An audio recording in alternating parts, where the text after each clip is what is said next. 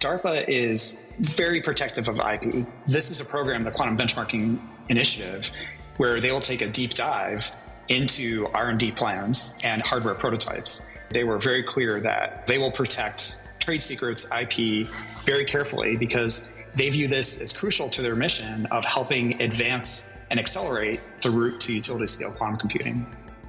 Quantum information science deals with the world of the very small, sure. But imagine 128 acres of land devoted to advancing QIS. Now imagine this mega complex in a major city. The Illinois Quantum and Microelectronics Park is expected to draw leading companies and researchers to Chicago, and DARPA is already playing a significant role. Find out what this will mean for advancing the industry and the race to fault-tolerant quantum computing in this episode of the Post-Quantum World. I'm your host, Konstantinos Karagiannis. I lead quantum computing services at Protiviti, where we're helping companies prepare for the benefits and threats of this exploding field. I hope you'll join each episode as we explore the technology and business impacts of this post-quantum era. Our guests today are from the University of Illinois Urbana-Champaign. We have Brian DeMarco, who's director of the Illinois Quantum Information Science and Technology Center, or IQUIST, and Harley Johnson, the Associate Dean for Research, Grainger College of Engineering. So that's quite a mouthful, and I'm glad we have you both on today. So we cover going on in Illinois a lot, not only because we're part of the CQE here at Protiviti, but Illinois is one of the most popular areas vying for this title of like a quantum Silicon Valley. We just did an episode on funding in Colorado, and I wanted to talk about the federal and state money coming to Illinois and in Grainger College for the Quantum Proving Ground. So there's a lot to cover today. But before we get to all that, let's orient listeners a little bit who'll be hearing your voices. So Brian, if you could start by introducing yourself and how you found your way to QIS. Sure. I'm Brian DeMarco. I'm an experimental physicist. I came to the University of Illinois in 2003 as a young assistant professor, and I've been here ever since. I run a research group that works on building quantum computers and quantum networks using atoms and light. And I've been doing that for the last 25 years. Awesome. And Harley, same question. Hi, yes. So I'm a faculty member here at the University of Illinois in mechanical science and engineering and in materials science. I've been a faculty member here for about 24 years. I got my start in graduate school working on quantum dots and strain effects in semiconductor materials. And I've worked in that area sort of generally, really in the area of electronic materials and photonics, optical materials. I would say adjacent to quantum information, but not really directly in that space. And in the last few years, I've gotten involved in some big projects, including the Illinois Quantum and Microelectronics Park most recently. Great. So I have a bunch of newbies on the call. I'm kidding. Yeah, so you've definitely been involved in this space for quite a while.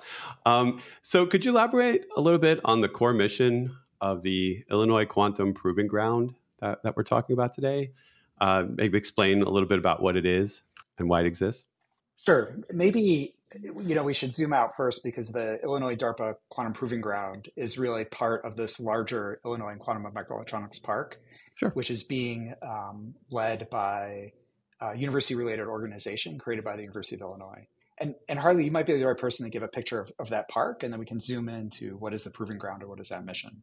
What do you think? Sure. Yeah. So the Illinois Quantum and Microelectronics Park is a new project that's just been announced by the state of Illinois, announced in July.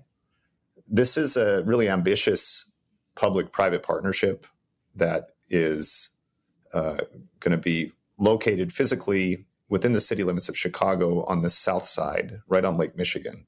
Big 128-acre campus that is devoted to scale up of quantum computing hardware and then the associated software and algorithms work that will go along with that. It's got the stakeholders are the state of Illinois, the city of Chicago, all of the research institutions in the state of Illinois, the research universities and the national labs. And we're starting to sign up industry members, most notably our first anchor tenant, Squantum. So this is a big research park, a big R&D park that will host companies, researchers, all who are focused on scale-up of quantum computing. So that's the Illinois Quantum and Microelectronics Park. As Brian said, and I'll let him add some color, but as Brian said, the DARPA Quantum Proving Ground is one of the central components of that ambitious project. So that proving ground is kind of what it sounds like. It is a project to prove out an engineering pathway to utility scale for quantum computing. So this is a partnership between the state of Illinois and DARPA. And DARPA is an incredible organization that's done everything from helping to develop the internet to vaccines, all kinds of benefits to society. And their idea here is, look, the possible benefits of quantum computing to society could be enormous, right? Could transform industries overnight if you could get a big enough error-corrected machine that could provide market value. So DARPA's definition of utility scale is a quantum computer that provides more value than it costs to build or to operate it.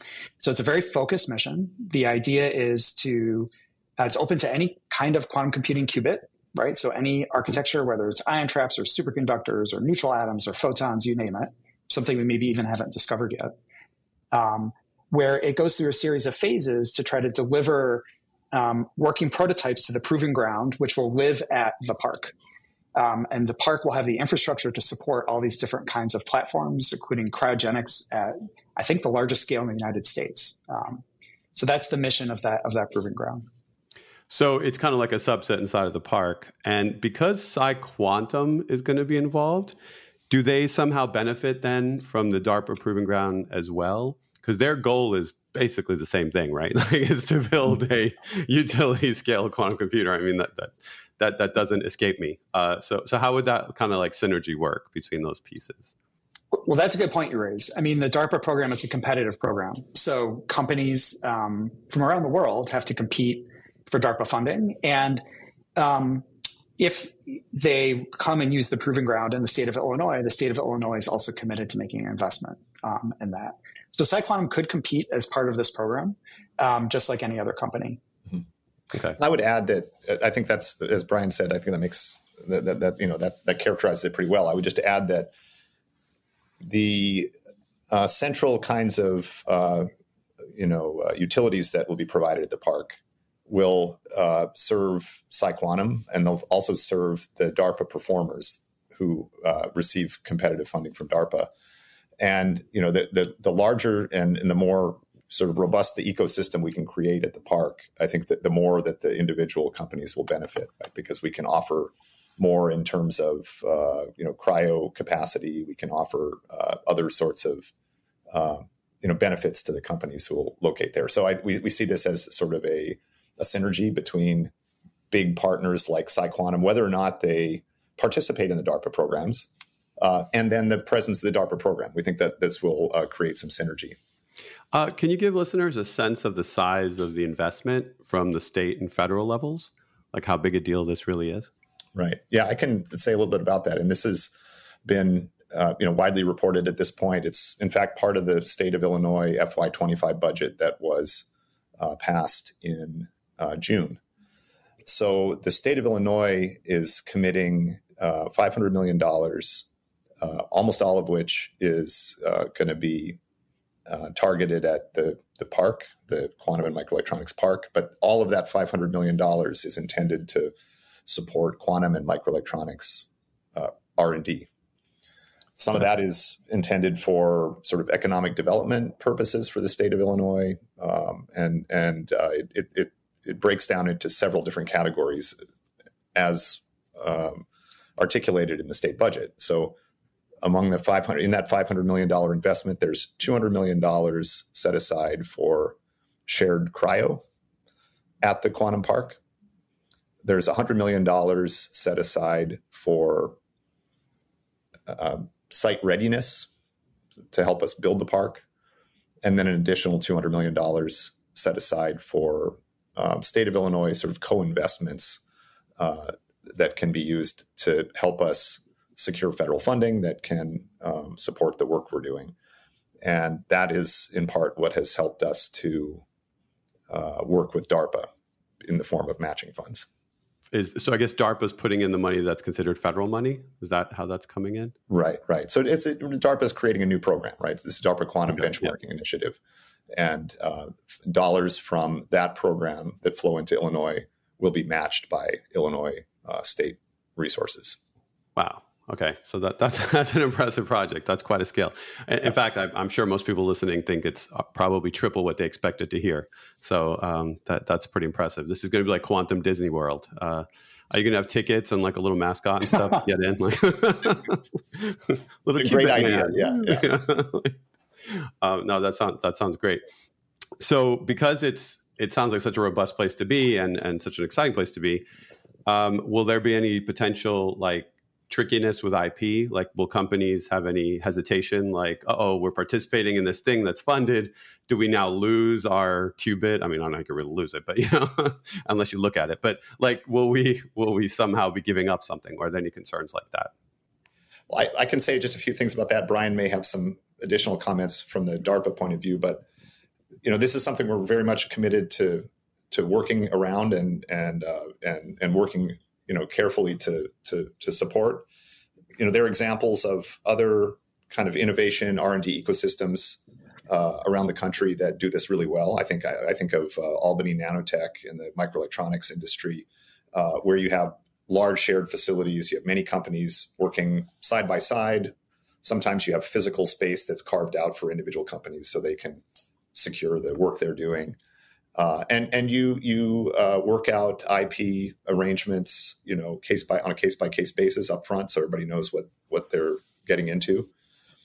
Certainly, that's consistent with the way we do some of our industry funded research at the university, like big university like the University of Illinois. We have labs where companies come in and they're working, elbow to elbow with their competitors in some cases, in shared user facilities.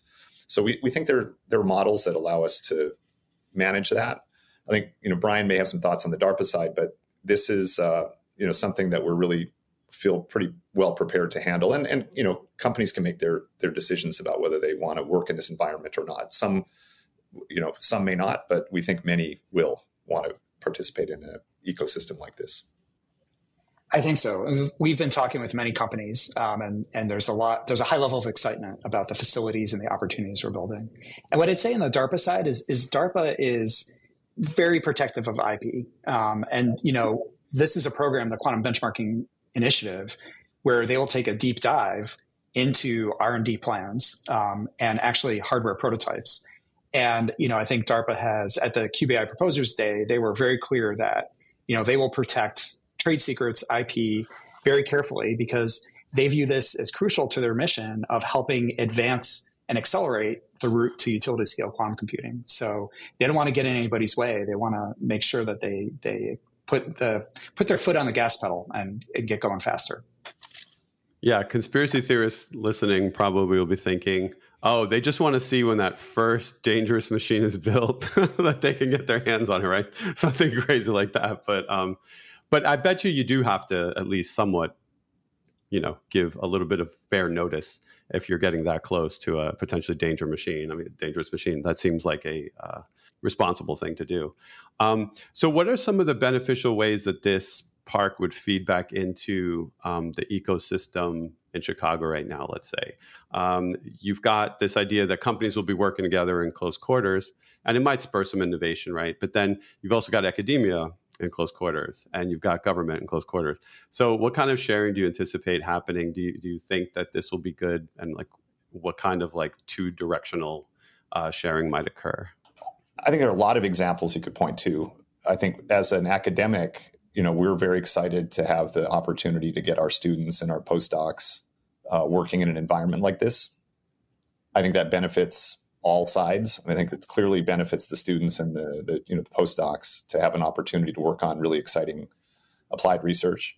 And I think there's no question that there are benefits for the companies that come to do their work to get access to well-trained talent, right? To get the students into their projects at an early stage. we have, with the network of universities that we have nearby with University of Chicago, Northwestern University, University of Illinois, and others, there's just a huge bench. There's a huge talent pool. So I think getting that group of researchers really engaged in applied research that's driven by the industry, I think that's a huge feedback mechanism that we want to take advantage of. And I think that similarly, getting the national labs involved is also very exciting. So that's one thing that I would point to. Yeah, and so following up on that, I mean, I can imagine actually that having the park and having the companies there will get more talent into the universities in the state, which then can feed into the industry, right? Because it's just an exciting area. And my experience has been that young students really want to get involved. The other piece I can see is actually, let's say the project is successful and we deliver utility scale computing. I mean, that will be a boon for a lot of research that happens at the national labs and at universities. Everything from material science to high energy particle physics. If applications such as machine learning work out and accelerating machine learning, that touches almost everything. Mm-hmm. So I can see that benefit too of this sort of virtuous cycle of talent comes in, companies succeed, companies draw more talent, and then the research and the science advances. Mm-hmm. If I could just jump in with one more Sure. thought on that. I mean, I think that you have, in addition to the kind of on the training side and getting researchers engaged, one of the things that we've seen a lot of excitement about is that there are potential end users in the industry community around Chicago. I mean, Chicago has a really booming, commercial, industrial, kind of ecosystem across many different sectors, a very diverse economy. And you've got a lot of companies who see themselves as potential end users for a quantum computing resource. They want to be present sort of at the beginning. They want to learn how they might attack some of the problems that are important in their industry using quantum computing. So as and when solutions start to become available, I think the companies that are situated here are going to have sort of a line of potential customers waiting to get engaged. And I think that's something that is very much part of the motivation for the state to make a big aggressive investment like this is to get this resource connected to industry. Yeah, right now, part of what the Chicago Quantum Exchange is really good at doing is keeping all these events happening where those companies attend and they can see what's coming, get a sense of what use cases are appearing, and sort of be ready and excited. Do you anticipate that the park will be able to have even better events like that hosted there, like with access? You'll be able to see shiny things, right? Like it won't just be slides on a wall. There could be little mini tours and all that sort of thing. Do you expect like some kind of outreach to be going on there? Yes, I think so. And I think we're working closely with Chicago Quantum Exchange, thinking about ways that their programming can feed into what we're doing, and the facilities that we're going to build, can support some of their goals in terms of outreach. Definitely see this as a place that is hopefully open to the community. It's open to potential end users and open to kids who want to learn about this, this exciting industry. So, it'll be a physical space that will allow us to convene some of these activities. And again, very much hand in hand with CQE. Yeah, I'm excited to tour it already. Yeah, I want this thing to be complete and ready. I'm going to bring a hard hat to pose for a shovel photo. So we talked about education a little bit, and do you anticipate any new majors or programs of study appearing at the schools because of this? Do you see it like feeding back into like a very cohesive track for quantum coder or quantum, optics, whatever, like really focused areas of study? Because one thing that keeps coming up with workforce development is that not everyone wants to get a PhD. Some people just want something that they can kind of like roll with after, kind of like if you went to become a software developer now or whatever. So do you think that this kind of environment will help foster some of that feedback into the programs around in the area? Oh, absolutely. And I think there's discussions happening all over the state right now about what those programs could look like, whether it is quantum software engineer at different levels, right? A bachelor's, master's, maybe you don't need a PhD.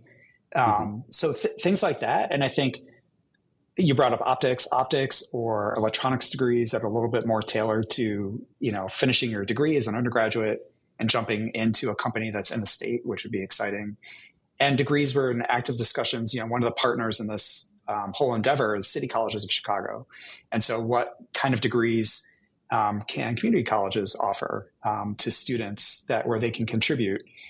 Something that just came up that in a discussion Harley and I had last week is cryo engineers. This is I think going to be the biggest cryo plant and cryo facility in the United States. It's an awesome opportunity to train those cryo engineers and cryo technicians. Hands-on experience you really can get on only very few places.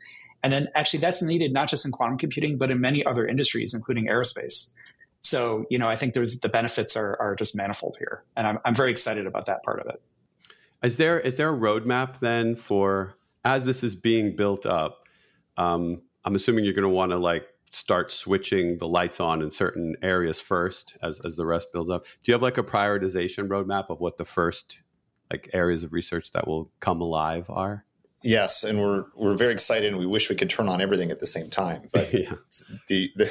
I would say the top priority is really getting that cryo facility up and running, and that will enable a lot of other things. That cryo facility really consists of two things. It's the plant, the physical plant that produces the cryo, and then a shared research facility that is adjacent. So both of those are top priority. And I'll add, Squantum is also moving very aggressively to get their own facility up and running at the same time. So we're kind of planning in lockstep with Squantum as we set up this cryo facility that'll be at the heart of the campus. Over time, that'll grow. There'll be, growing facilities for companies to lease and take root in the park. But it's really that cryo facility that's kind of at the heart of it all. Now, I realize you can't speak for Squantum, but I've had Squantum on before, and I know their general plans to build a 1 million qubit machine, and they're going to do it in some kind of interconnect way. We don't know how many qubits will be in each box inside or whatever.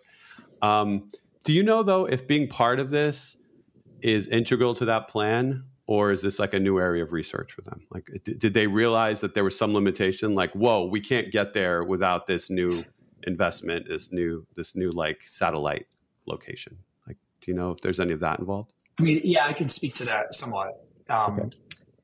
I think Squantum, right? They've been developing their plans, and they're part of the US2QC DARPA program at the moment, and they've been developing engineering roadmaps and R&D plans for how to get to a larger scale. And I think they, like many companies that rely on low temperatures, realize to get to that large scale that you just described, this will require a cryo plant. This is not going to be the way we have little cryostats like I have in my lab here at a university, where there's a little helium compressor chugging away, all day and all night, trying to keep that thing going, where that can provide a couple watts of cooling power at 50 Kelvin.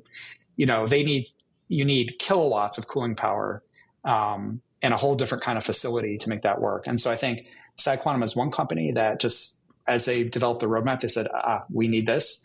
And so the state of Illinois is creating infrastructure that they can leverage for that. And I think other companies are coming to the same realization, whether it's because they use superconductors for detection or superconducting circuits as qubits.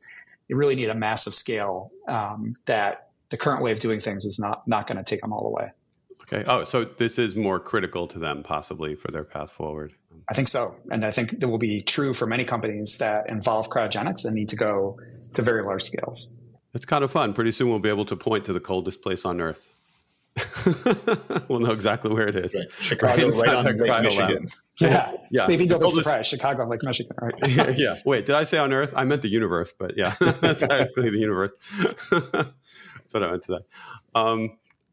So we've tried with the CQE to get certain other initiatives in place before, the stuff with the NSF, National Science Foundation, and everything. Do you see a center like this as being kind of like a giant magnet pulling in other initiatives in the future? Do you see things being built around it and expanding and truly creating something that's like a Silicon Valley? I think so, but I think also we're just very focused on the mission of scale up, right? I think that's the top priority. But I can see how this could catalyze a lot of exciting initiatives. Whether that's, as you said, through the National Science Foundation or other organizations. It is part of an ecosystem, and there will continue to be really important activities happening, in the national labs nearby and in the universities nearby and through CQE. And of course, all of our organizations in the state and beyond are members of CQE. So it's a network, I would say. This is what we're talking about here is a physical, facility that's going to be really at an impressive scale. And that'll attract attention, and it'll attract hopefully some new initiatives that we haven't even thought of yet. But it continues, it's just part of a network. And by growing that network, we think that there will be some interesting surprises around the corner. So I have two kind of future thinking questions here. One, is there room to expand this? Like, is it being designed in such a way that there will be room to build out? I realize it's an impressive number of acres. I'm just wondering if it's designed that way, like we can add buildings or whatever the case may be. Yes, absolutely. So this site, it's a former, really massive industrial site, the site of a former steel plant decades ago. We are, this phase that we're talking about is 128 acres, but there's additional land nearby that could double that or triple that. Oh, wow. Okay. And so that's a possibility. I mean, it's very likely that the overall site will attract other high tech, industry and other, exciting developments over time. But we're definitely thinking about how this grows, and we're thinking not just about sort of acres and square feet, but how do we provide more cryo over time if that becomes important. This is very sustainable, I would say. It uses a good amount of power, but it's not going to outstrip what is available. It's environmentally friendly. This is not going to leave a heavy footprint on the site. So we think that there is the possibility of expanding if the science and if the industry requires it. We'll just see where it goes. And as part of that future forward thing, maybe Brian might want to answer this, but especially with DARPA involved, are there like key milestones or like timelines or things that maybe they're kind of like, I don't want to say pressuring, but sort of like, kind of putting forth as like, maybe you want to shoot for this, is there anything like that that's kind of sort of coming along with this whole thing? Yeah. DARPA is ambitious, right? That's their job. Their job is to prevent technological surprise. So they put a timeline in the Quantum Benchmarking Initiative solicitation. They want to have success for an engineering pathway, at least one, to utility scale by 2033. So that's the challenge on the table, right? Is have the facilities ready, R&D plans, be building out a prototype, and success by 2033. So we'll see if we can get there. I'm excited about it. And do they have a clear metric of what success is then? Like what is that? Is how scalable, how impressive a machine, fault tolerant are we talking? Like how many qubits are they keeping in mind for logical, let's say? I don't know if there's like a metric they came up with. Not yet. So I think they're still developing that. I mean, the one metric that they put is their definition of utility, which again provides more market value than it costs to build and operate, right? And I think they really view this program as geared towards creating an industry for quantum computing, which is something else DARPA talks about, is if it's valuable enough, companies will want to purchase it or purchase time on it because it will create value for their company. So I think that's their metric and connected to their timeline is to try to accelerate to that metric. I think the program is really designed around evaluating a prototype, companies deploying a prototype that's evaluated, that proves out an engineering pathway. And then I think, additional funding might come in to then build a big one or big ones should a prototype be proved out. Yeah, this is starting to sound like the Manhattan Project to build the big one. I don't know. Governor Pritzker, I think, has used those words. Yeah. The year 2033 jumps out at me. It's funny because, as you probably know, that's what NIST is pushing on, and the government, they're agreeing that 2035 is when you should have PQC in place. And it's kind of interesting that they're like, yeah, 2033 is our deadline. Yep. Yeah, they're right up against each other. So that's kind of funny. Not lost on me. One last thing I want to ask before we wrap up. So, there were recently the new export guidelines, things that we should send out. We're sort of back to the old crypto wars again, right? Like you can't send out anything. We can't send an encrypted phone like the old days out. Now we can't send a qubit, physically through space.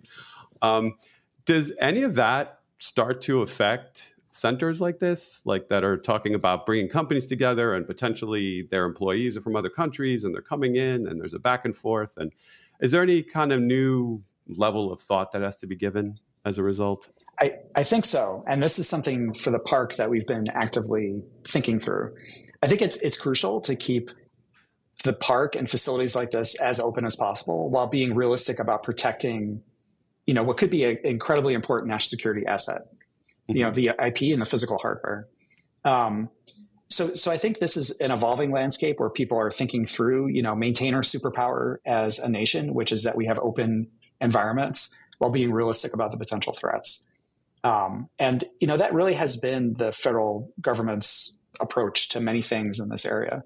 One thing I think that's quite interesting, Konstantinos, is that because of the new export regulations, I expect that we may see many of the big players building quantum computers in Europe and elsewhere wanting to actually open up an operation in the US so that they can build and manufacture hardware here that they may sell in the US.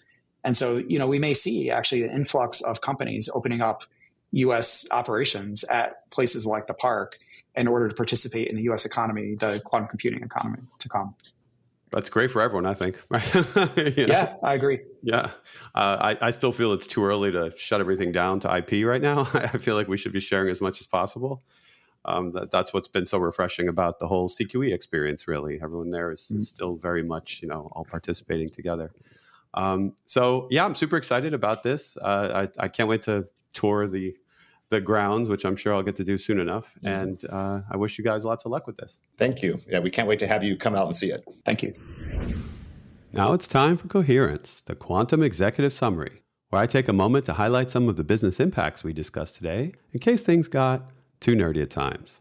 Let's recap. Illinois has been positioning itself as a leader in quantum computing for quite some time now, aided by the presence of the Chicago Quantum Exchange. To kick this momentum into high gear, 128 acres of land in southeast Chicago have been set aside for the Illinois Quantum and Microelectronics Park, a quantum-focused research and development campus. This major initiative is possible because of $500 million in funding from the state. However, federal money and involvement are playing a part too, with DARPA creating a quantum proving ground in the park. DARPA's goal is to create a utility-scale quantum computer by early next decade, and the park aims to create a collaborative ecosystem for companies and researchers to work towards this end. Squantum is already participating, preparing to build a $1 billion fault-tolerant quantum computer at the park. The company will benefit from the large forthcoming shared cryo facility. Whenever groups of companies and academics gather, intellectual property concerns tend to creep in. So these are being addressed proactively using past technology research centers as model. The park will also have to cope with new quantum export regulations in the U.S., which may bring more business to the region as companies seek to build within the U.S. quantum walls. In addition to bringing us into the era of usable systems, the park should greatly enhance workforce development in quantum technologies. It's hard to guess all the impacts this park will have on the area, but the potential is there for significant economic boosts to the region. As large as it is, the park is being designed for future expansion and scalability. A quantum Disney World, if you're a nerd like yours truly. That does it for this episode. Thanks to Brian DeMarco and Harley Johnson for joining to discuss the Illinois Quantum and Microelectronics Park. And thank you for listening. If you enjoyed the show, please subscribe to Protiviti's The Post-Quantum World and maybe leave a review to help others find us. Be sure to follow me on all socials at Constant Hacker. That's Constant with a K, Hacker. You'll find links there to what we're doing in quantum computing services at Protiviti. You can also DM me questions or suggestions for what you'd like to hear on the show. For more information on our quantum services, Check out Protiviti.com or follow Protiviti Tech on Twitter and LinkedIn. Until next time, be kind and stay quantum curious.